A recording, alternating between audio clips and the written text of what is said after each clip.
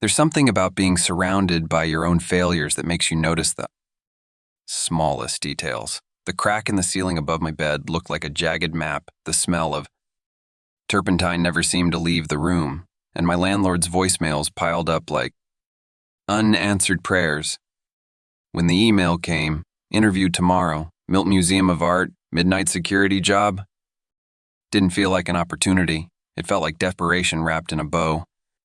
But the moment I stepped into that museum at night, its silence pressing against my chest like a warning, I realized I wasn't just taking a job.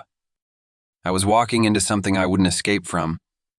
I always thought being a night person gave me an edge. When the world sleeps, there's quiet an uninterrupted stillness that lets you think, dream, or create. But lately, that quiet felt different, oppressive. It wasn't inspiration anymore. It was just me, alone in my tiny, crumbling apartment, surrounded by unfinished work. Every inch of the place reminded me of failure. The stained ceiling, the mismatched furniture, the unpaid bills stacked on the kitchen counter. Even my paintings seemed to mock me. They hung on the walls like ghosts of what I once could do, chaotic swirls of color that never felt complete. My latest piece, sitting on the easel in the corner, was supposed to be my salvation. Storm of reds and silvers meant to express something I couldn't put into words. Instead, it just stared back at me, accusing. That's when I saw it. Night watch needed, Milton Museum of Art, midnight to 5:00 a.m. The museum was famous, the kind of place that hosted VIP galas and housed priceless works of art. I'd never been inside, of course. People like me didn't belong in places like that. But the job had promised steady pay, and the hours were perfect. Midnight shifts suited me. I was already awake most nights, so why not get paid for it? I applied on a whim, half expecting to hear nothing, but within minutes an email pinged into my inbox. Interview tomorrow, 12:00 p.m. Don't be late. There was no name, no explanation, just a time, a place, and a command. The Milton Museum looked intimidating even in daylight. Its sleek glass walls gleamed under the afternoon sun, and the towering sculptures flanking the entrance seemed to watch as I approached.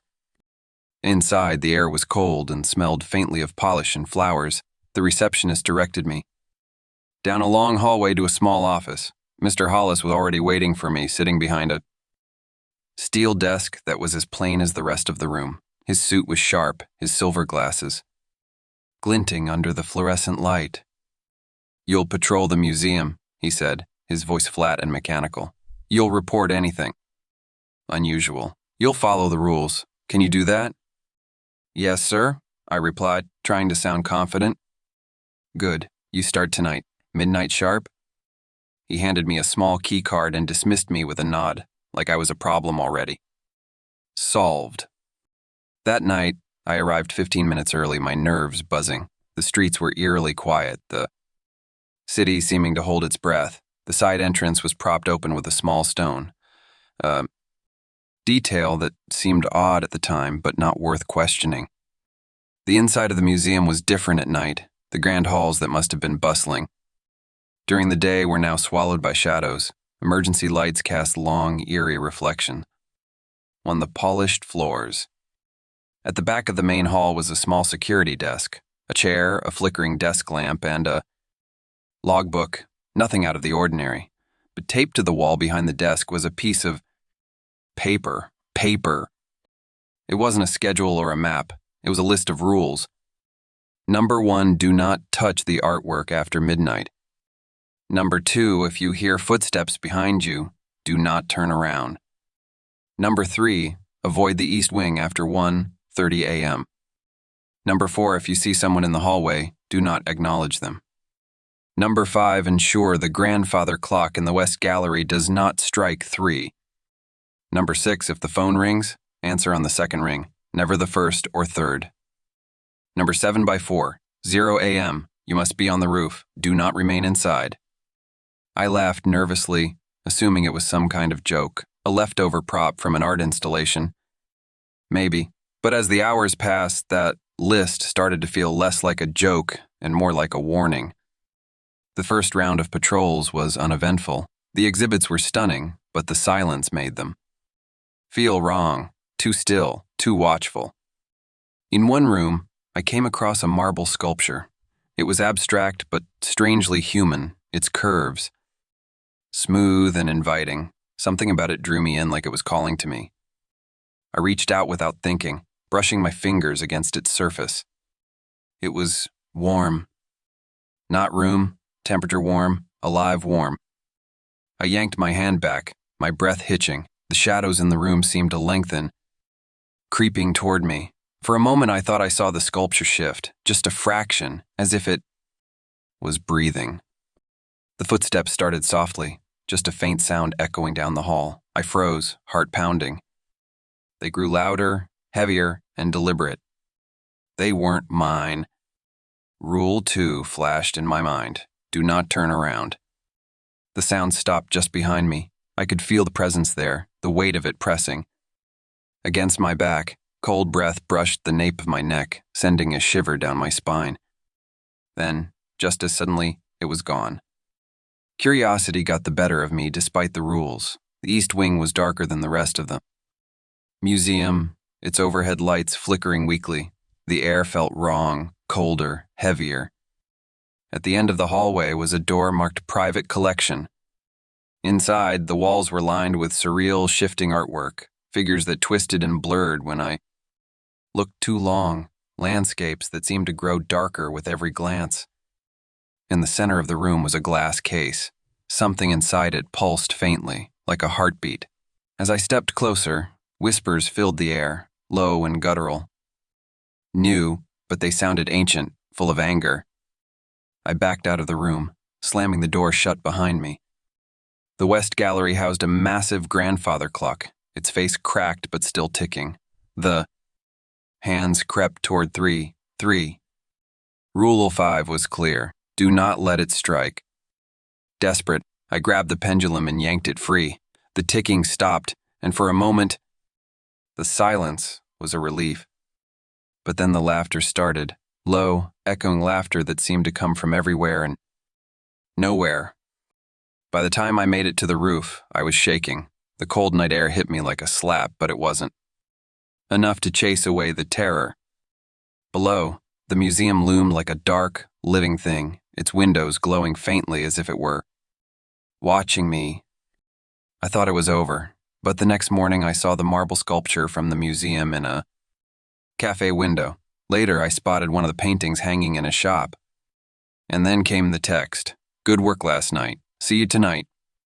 I didn't reply, but when I passed by a mirror, I caught my reflection, or at least I thought I did. The face staring back wasn't mine. The museum was eerily quiet, the kind of silence that presses against your ears until even your own breathing feels too loud. I tried to steady my nerves, telling myself that this was just another job. My first patrol started out as expected, a slow walk through the dimly lit galleries, marveling at the treasures housed in the Milton Museum. By day, these halls must have been bustling with people, their voices bouncing off the high ceilings. But at night, under the faint glow of emergency lights, the art took on a life of its own. I found myself drawn to the details of the exhibits. A painting of a serene forest seemed darker. In this light, the trees pressing in closer than they should, a sculpture of a dancer caught. Mid-leap, felt frozen in time, her shadow stretched unnaturally across the wall, and haunting all at once. Still, I couldn't shake the feeling that something was off. The air was heavy, like the building itself was watching me. As I rounded a corner, I came upon a smaller room I hadn't noticed before. The lights here were dimmer, casting long shadows over the floor. In the center of the room stood a sculpture, its form smooth and abstract. It was made of white marble, its curves impossibly delicate, almost human. I stepped closer, drawn in by something I couldn't explain. The surface of the sculpture seemed to shimmer faintly, as though it was breathing. My hand moved on its own, fingers outstretched, and I touched it. The marble was warm, not the way stone should feel, but warm like skin. My stomach flipped. and I yanked my hand back. The room felt darker now, the air colder, the shadows on the wall stretched toward me, twisting and writhing like living things. I stumbled backward, nearly knocking over a pedestal. I turned and bolted out of the room, my heart racing. As I passed through the doorway, I could have sworn I saw the sculpture shift, just a fraction, like it had leaned forward to watch me. Go. By the time I returned to the main hall, I was still trying to convince myself that what I'd felt was just my imagination. Maybe I was tired. Maybe the museum was just playing tricks on me. But then, at exactly 1:15 a.m., I heard them, footsteps. They weren't mine. The sound was faint at first, echoing off the marble floors, but it grew louder, heavier. I froze in place, remembering Rule 2. If you hear footsteps behind you, do not turn around. Every instinct screamed at me to look, to see who, or what, was there. Closer, deliberate, until they stopped just behind me. I held my breath. My skin prickled as I felt a cold, damp breath brush against the back of my neck. My heart was pounding so hard I thought it might burst, but I didn't move. I didn't turn. Around. The silence stretched on for what felt like an eternity before the presence behind me retreated. The footsteps echoed faintly down the hall, growing softer and softer until they disappeared. I stood there for another minute, frozen, before I could convince myself to move. Despite the fear gnawing at me, I couldn't help but feel drawn toward the east wing.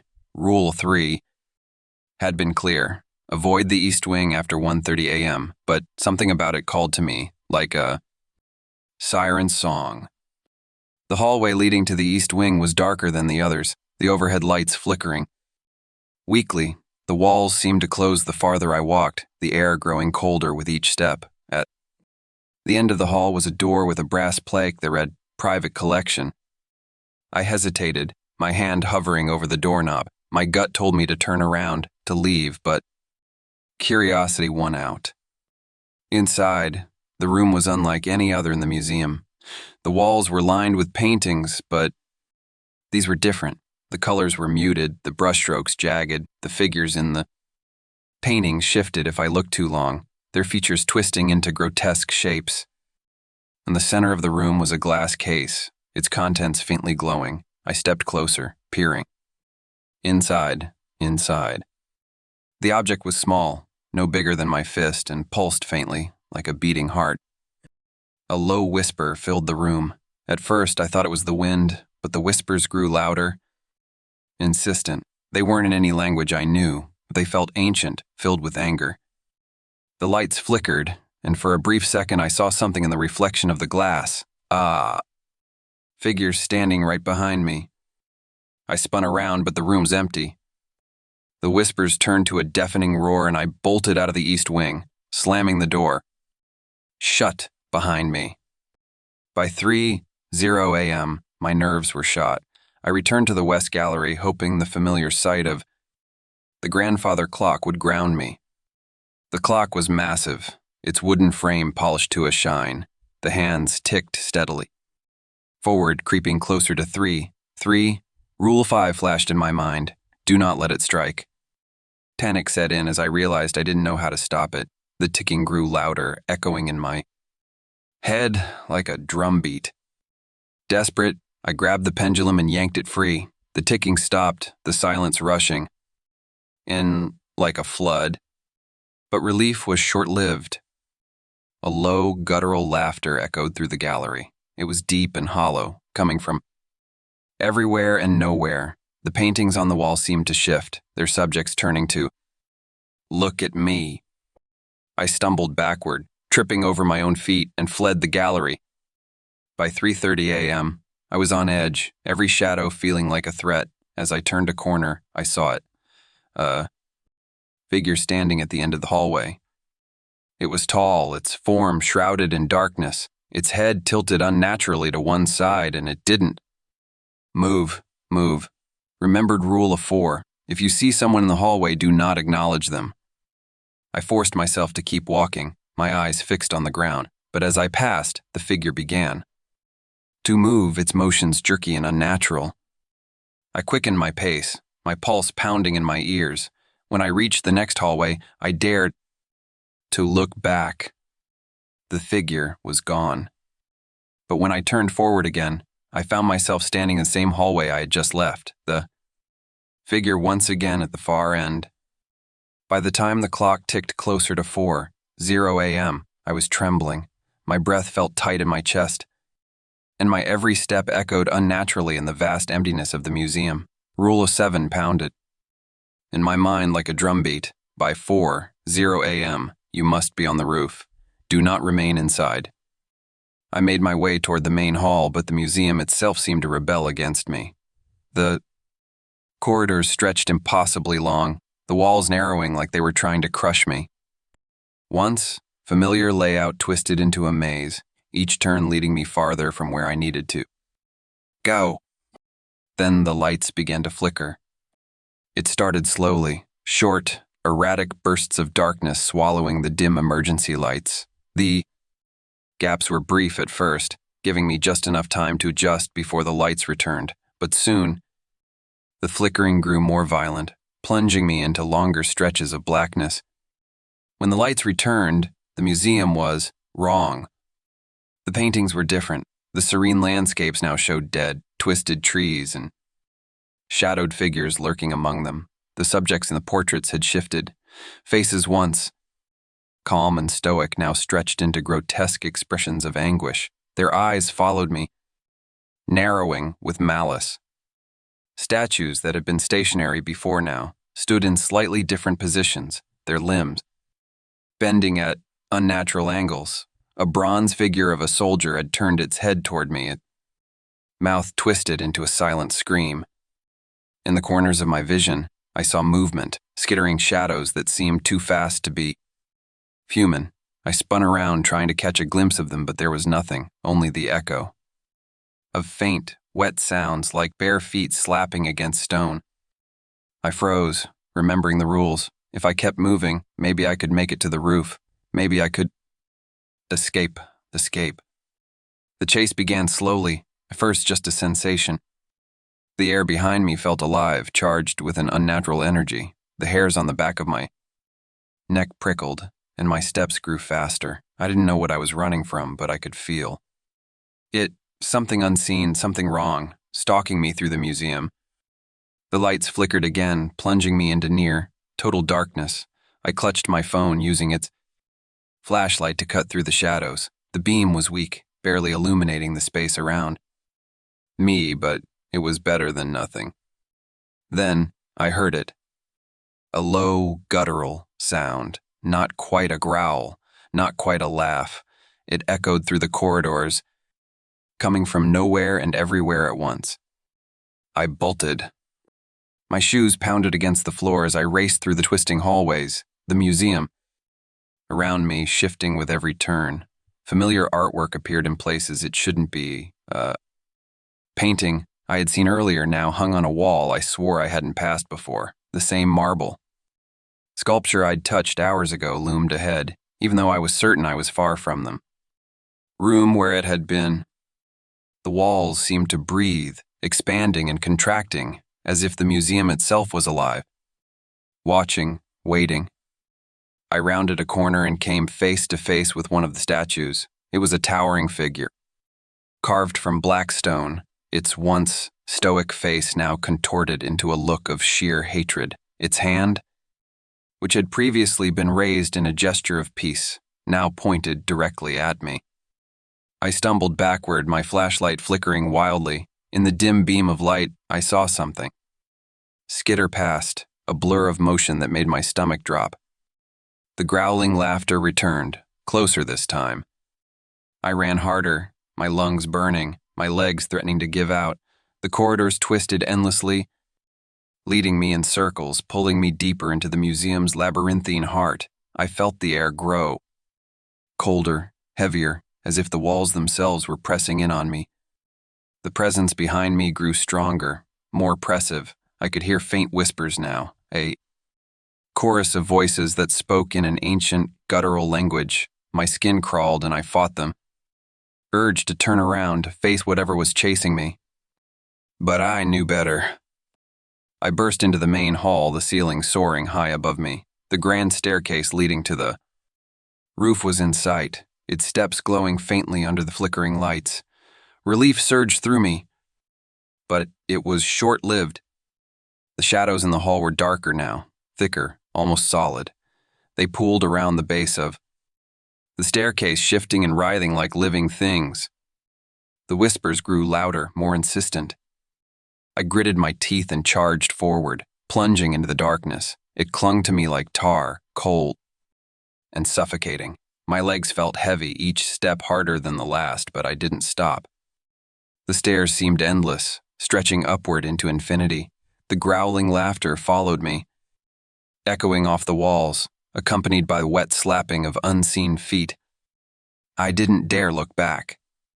I reached the roof with seconds to spare, gasping for air as I stumbled into the open. The cold night wind hit me like a slap, cutting through the suffocating heat of my panic. For a moment, I stood there, clutching my chest, staring up at the faint glow of the pre-dawn sky. I'd made it. I'd followed the rules. I was safe. Or so I thought. As I looked out over the city, I noticed something strange. The museum below me was glowing. Faintly, its windows pulsing like they were alive. The glass reflected the dim light of the street lamps, but behind the panes, shadows moved, figures pacing, watching, waiting. The growling laughter faded, replaced by an eerie silence, but the oppressive feeling of being watched never left. When dawn broke, I convinced myself it was over. I headed home, my legs heavy, my mind reeling from everything I'd seen. I told myself I quit. Whatever the job paid, it wasn't worth this. But as I turned the corner onto my street, I saw something that made my stomach drop. A marble sculpture sat in the window of a nearby cafe. It was the same sculpture I'd touched the night before. I stared at it, my heart racing as a shadow passed behind me. The cafe was too quiet for a weekday morning. Outside, the faint hum of traffic buzzed, but within the glass walls, it was just me, my coffee, and the marble sculpture. It sat on a small table near the window, impossibly out of place among the latte art and croissants.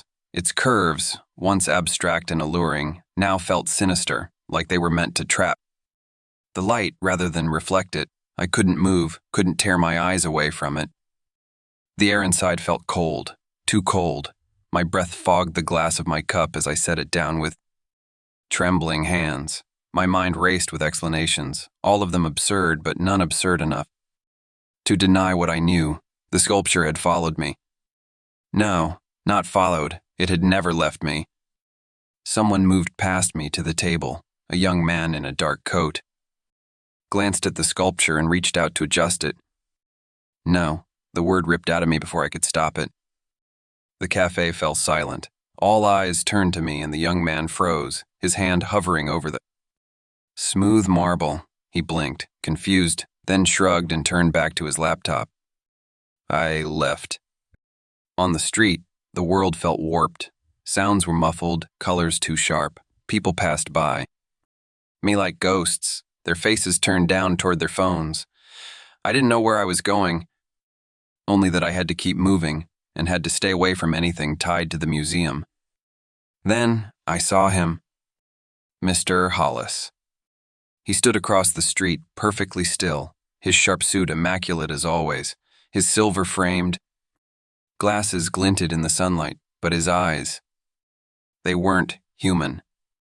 The pupils were dark slits, surrounded by an iridescent sheen that caught the light like oil on water. When he smiled, his teeth were too perfect, too sharp, like they'd been carved from the same marble as the sculpture. "You did well," he said, his voice smooth and hollow. It cut through the noise of the city, impossibly loud and intimate, as though it were spoken directly into my ear. I wanted to run, but my legs refused to move. "See you tonight," he said, his smile widening into something too large for his face. And then he was gone, swallowed by the crowd. I stumbled home, locking the door behind me and shoving a chair under the knob. My apartment felt wrong. Smaller, darker, as though the walls had shifted in my absence. I avoided the mirrors. I knew what I'd see, the warped reflection, the shadowed figure standing just behind me. It had started the day after my first shift, and now every surface seemed eager to remind me. My bathroom mirror, the window above my sink, even the reflection in my coffee that morning had shown something that wasn't quite me. I collapsed onto my bed, exhaustion pulling at me, but sleep wouldn't come. Every sound made me jump, the creak of the pipes, the distant hum of the refrigerator, trying to block out the paranoia, but instead I saw the museum. Its corridors stretched endlessly, twisting in on themselves. The paintings, the sculptures, the artifacts, they were alive, pulsating with a dark energy that seeped into everything they touch. I bolted upright, gasping. The chair I'd wedged under the door had fallen over. It was 11:30 p.m. I don't remember deciding to go back. My body moved on its own, pulling me toward them. Museum like a puppet on invisible strings. The streets were quiet again, the kind of quiet that made me feel like the world was holding its breath. The side entrance was open, the same stone holding the door ajar. I stepped inside, the familiar cold silence wrapping around me like a shroud. The logbook was there, waiting for me. My entries from the night before were still visible, vague. Notes about patrols and disturbances, but beneath them, new rules had been added, typed in. That same neat font. Number 8, you cannot leave before sunrise. Number 9, if you see your reflection, do not make eye contact. Number 10, if a painting changes, step backward, do not look away. Number 11, when the clock strikes 2:22, run.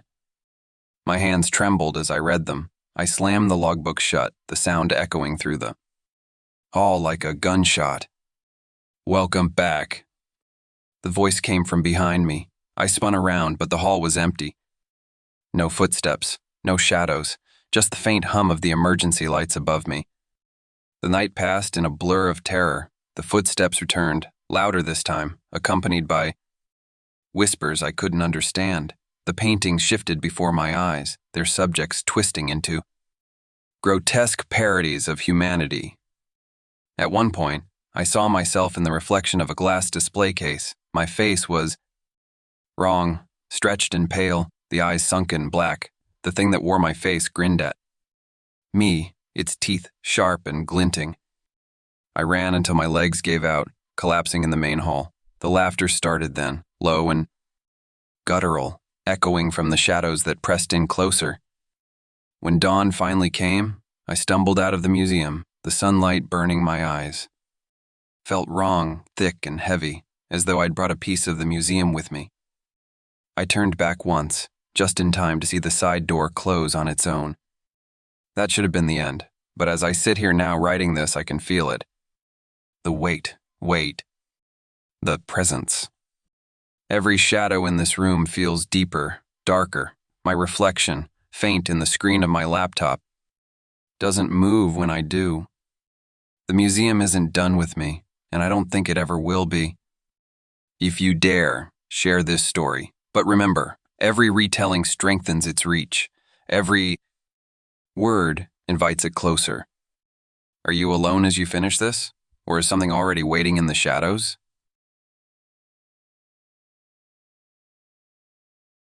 What started as a simple study of dreams has unraveled into a waking nightmare. The lines between reality and illusion are blurring, and every step I take feels like a trap. The rules we were given no longer make sense, or maybe they never did, and now I can't tell if I'm here to observe the phenomenon, or if I've become part of it, caught in the same dark, unrelenting spiral as the dreams themselves. I took the job at the research facility because it seemed like the opportunity of a lifetime. Studying dreams, the inner workings of the subconscious, felt like unlocking a piece of humanity's greatest mystery. The facility was remote, hidden deep in the woods, with no cell service or internet access. It was built to focus solely on the study of dreams without the distractions of the outside world. At first, I was intrigued by the isolation. It seemed fitting for the kind of work we were doing. The rules were given to me during orientation, typed on a sheet of paper in bold black font. They were oddly specific and a little unnerving. Rule Roan: never fall asleep on site. Rule of 2: always write down your observations immediately after each session. Rule A3: if you hear a patient whisper your name in their dream, leave the room immediately. There were at least 20 rules. In total, each more cryptic than the last, but I shrugged them off as the eccentricities of a top secret research program. The work itself was fascinating. At first, each participant was hooked up to advanced neural monitors while they slept, allowing us to observe their dream states in real time. Most dreams were mundane, disjointed fragments of everyday life, but some were unlike anything I'd ever seen. Dreams so vivid they seemed alive, dreams that bled into each other, spreading like a virus through the minds of the participants. There were nights when the same haunting imagery would recur in several patients, as if the dreams were somehow connected. That's when the strange occurrences began. Colleagues who had been bright and animated during the day started to grow quiet and withdrawn. Their eyes looked sunken, as if they hadn't slept in weeks, and they muttered strange phrases under their breath, fragments of dreams they weren't supposed to be having. One by one, they stopped showing up to work. No one talked about it, and their desks were cleared overnight. When I asked, my supervisor only said, "They broke the rules." Then I began experiencing it myself. Little things at first, moments of déjà vu, shadows flickering. At the edge of my vision, I would find myself in a room and not remember how I got there. My dreams became more vivid, even when I wasn't asleep. Or was I? I started having fragmented memories of places I'd never been, people I'd never met. When I confronted my supervisor about it, his face twisted into something unrecognizable, and for a moment, I couldn't tell if I was awake or dreaming. The final straw came when I tried to leave. I packed my things in the middle of the night, determined to escape whatever nightmare I had stumbled into. But no matter where I went, I found myself back at the facility, standing in front of the same steel doors, the same rules staring back at me. That's when I realized the truth. The facility itself was a dream, a collective nightmare none of us could escape. And the worst part, I wasn't sure I wanted to. The rules were the foundation of everything at the facility. They were introduced to me on my very first day, handed over on a neatly printed sheet of paper with a warning. Follow these and you'll be fine. Break them and, well, you won't. The list was long and detailed with 20 rules, each more bizarre than the last. Rule alone: never fall asleep on site. Rule of 3: if a patient starts mumbling your name, leave immediately and lock the door behind you. Rule 8: do not touch the equipment unless the red light is off. They were strict, non-negotiable, and carved into the fabric of the facility's operations. At first, I didn't question them. After all, I assumed there had to be a reason for such precautions. We were working in an experimental environment after all, studying the complex and fragile nature of dreams. The patients, volunteers from all over the world, were brought into a controlled space to explore the depths of their subconscious. We observed their dreams through neural mapping technology, carefully logging their experiences to analyze recurring patterns. Everything seemed normal until it wasn't. The first change I noticed was subtle. Rule 5 used to read, never enter the patient's room without supervision. One morning it had shifted. If the patient calls for help, enter alone and observe. I assumed I'd misread it the first time or that an update had been made without my knowledge. But then it happened again. Rule of 12, which had always been about not tampering with the observation monitors, suddenly instructed us to reset the monitors every hour despite no prior indication that it was necessary. When I mentioned this to a colleague, he shrugged it off. Just follow the rules, he said, his voice tight with something that resembled fear. It's easier that way. But it wasn't easier. The changes became more frequent, and soon the rules started contradicting each other. Rule of 7 insisted we keep the observation room locked at all times, yet Rule of 15 instructed us to leave it ajar if the patient seemed distressed, no matter how carefully it followed the instructions, I always felt like I was breaking one of them. The contradictions created chaos, not just in our workflow, but in my mind. I began second, guessing everything, doubting my own perceptions. And then the whispers started.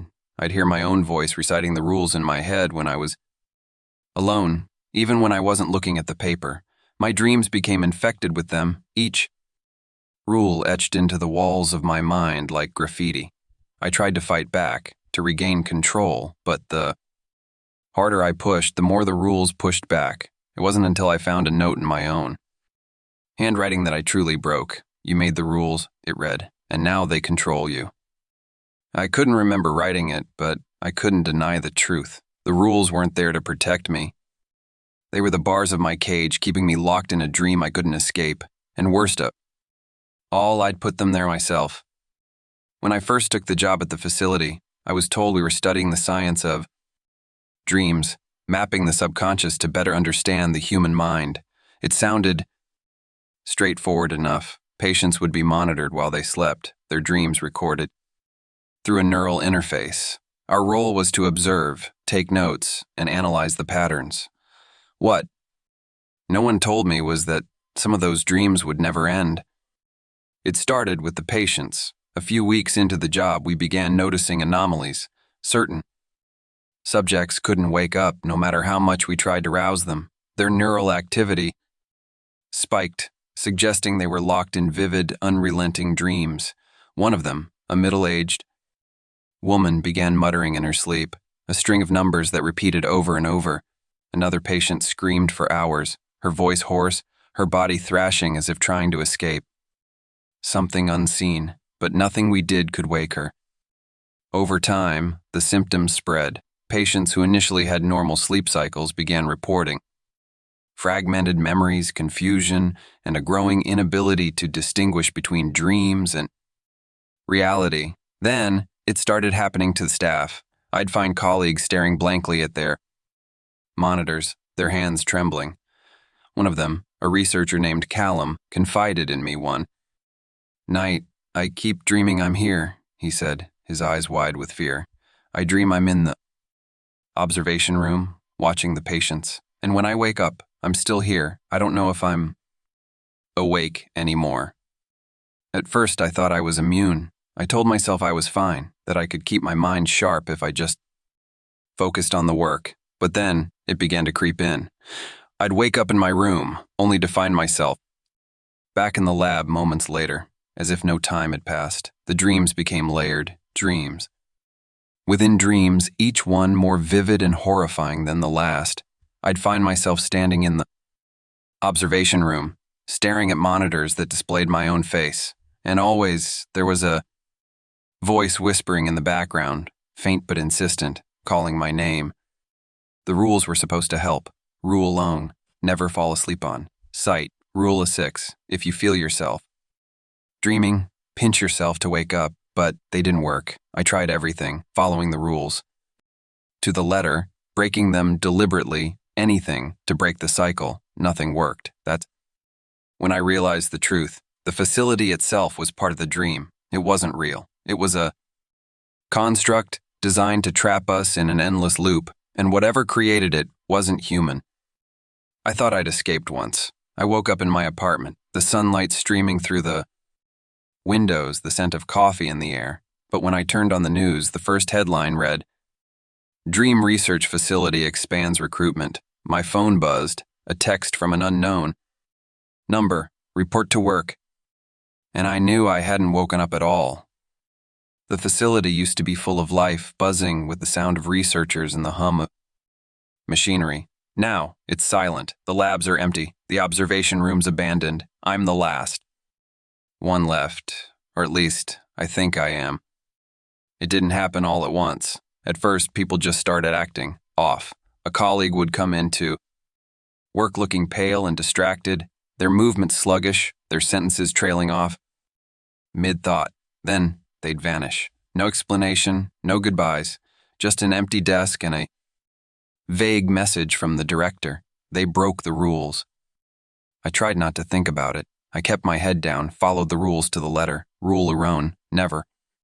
Fall asleep on. Sight. Rule Aden, record every observation, no matter how trivial. Rule of 14. If someone disappears, do not investigate. But the disappearances didn't stop, and the rules kept changing. I started finding notes in their handwriting, warnings scrawled in the margins of patient logs. Don't trust them. Get out while you still can. Eventually, it was just me. The observation rooms, once filled with patients, were now eerily quiet. The dreams we'd been studying were still playing on the monitors, looping endlessly. I couldn't look away. Something about them felt familiar, like I'd seen them before, not as an observer, but as a participant. I tried to leave, but the facility wouldn't let me. Every door led back to the same hallway. Every exit looped back to the main lab. The walls seemed to pulse, alive with something I couldn't explain. The rules were everywhere, etched into the very fabric of the place.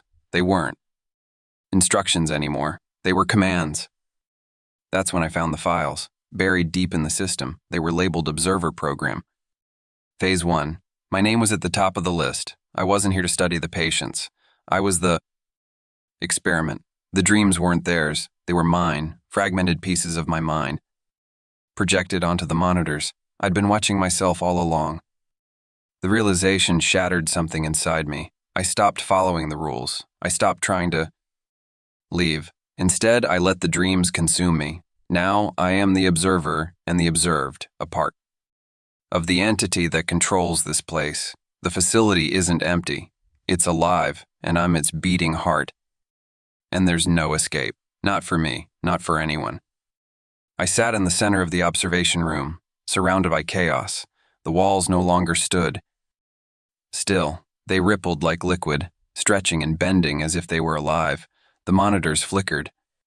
With static, each screen flashing my face twisted in silent screams. The rules, once confined to paper, now hovered in the air, scrawled in glowing red letters that rearranged themselves with every passing second. My breath came in shallow gasps, my heart pounding as the truth closed in and around me. The rules weren't just rules. They were alive. They weren't meant to protect me. They were meant to trap me. And the worst part, they were winning. Breaking them was my last hope. That's what I'd been told in the fragmentary notes I left myself. The warning scrawled in my handwriting, but from a mind I no longer recognized. So, I broke. Everyone. I spoke to the patients. I touched the equipment while the red light glowed. I stared directly into the eyes of a man locked in eternal REM sleep, his pupils swirling with something it could not comprehend. I even let myself sleep on. Sight. That's when the facility broke. Or maybe it was me. The room imploded, folding in on itself like paper crumpling in an unseen hand. Dreams poured out of the monitors, spilling into reality like a black, oozing tide. I ran, but there was nowhere to go. Every hallway led back to the observation room, where a figure waited, a grotesque, shifting mass of features and forms, its face flickering between mine and everyone else who had ever been here. I'm not the first, I whispered, my voice trembling. No, it answered in a voice that sounded like 1,000 of my own, layered and distorted. And you won't be the last. I stumbled back, clawing at the walls that had become soft and pulsing. The thing reached for me, its hand a blur of skin, bone, and shadow. I screamed as its touch burned, searing my skin with invisible fire. My vision blurred, and for a moment I thought I was waking up. The world went white. But when I opened my eyes, I was still in the room. The monitors were gone. The walls were still. The chaos had vanished, replaced by an unnatural silence. I looked down and froze. The rules were there, etched into my skin like scars. Every single one of them. They pulsed faintly, glowing red beneath my flesh. The door creaked open behind me. I turned, expecting to see another figure, another nightmare. But there was nothing, just the yawning darkness beyond. Then I heard it, a voice soft and familiar. Your turn is over. Someone else will come. And I realized the truth. The rules would never die. The facility would never stop. It would find someone new, someone curious, someone like me. The cycle would begin again, and I was powerless to stop it. As I sat there, my skin burning with the weight of the rules, I heard a faint whisper in the empty air. "Are you sure you're awake?" it asked. The words echoed, chilling me to my core. I couldn't answer. I couldn't be sure. "If you dare, share this story, but beware. Every retelling pulls the rules closer to you. Can you feel them yet? Are you sure you're alone as you finish this story, or is something watching, waiting to make its own rules for you?"